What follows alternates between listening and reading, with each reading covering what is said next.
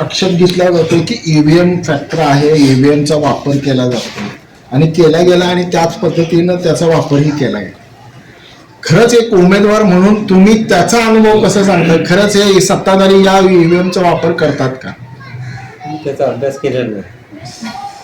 माझ्यापुरतं सांगायचं गेलं तर मी जो निर्णय घेतला तो मी घेतलेला आहे अपक्ष उमेदवाराचा, आणि तो कुठंतरी चुकला आहे आणि त्याची सगळी जबाबदारी माझी आहे. त्याच्यात कोणाला मी दोषी ठरवत नाही.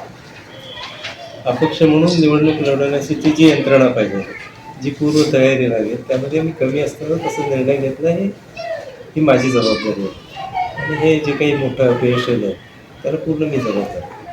नाही, पण चला तुम्ही पुढे, मी येतोच मागं असं म्हणणारे परत दिसलेत नाहीत, असं म्हणायचं आहे का तुम्हाला?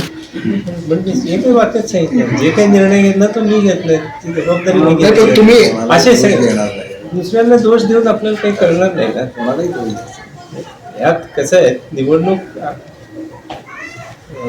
डावपेच जे असतात त्या निवडणूक डावपेच समजून घेण्यात आणि ते करण्यात मी कमी पडलो एवढं मी सांगतो.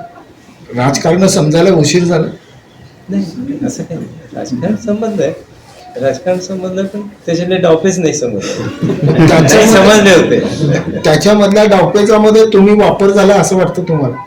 नाही, डावपेच न समजल्याने मी सरळ गेलो आणि त्याच्यातनं त्याच्या आहारी गेलो असं समजतो. ज्यांना साध्य करायचं साध्य करू काय म्हणायचं नाही मला तुम्ही आता बोलताय तर तुम्ही बोला, अगदी तुम्हाला डावपेच कळले नाहीत इथपर्यंत ठीक आहे, पण डावपेच करत असताना डावपेच करणाऱ्यांनी तुमचा वापर केला का?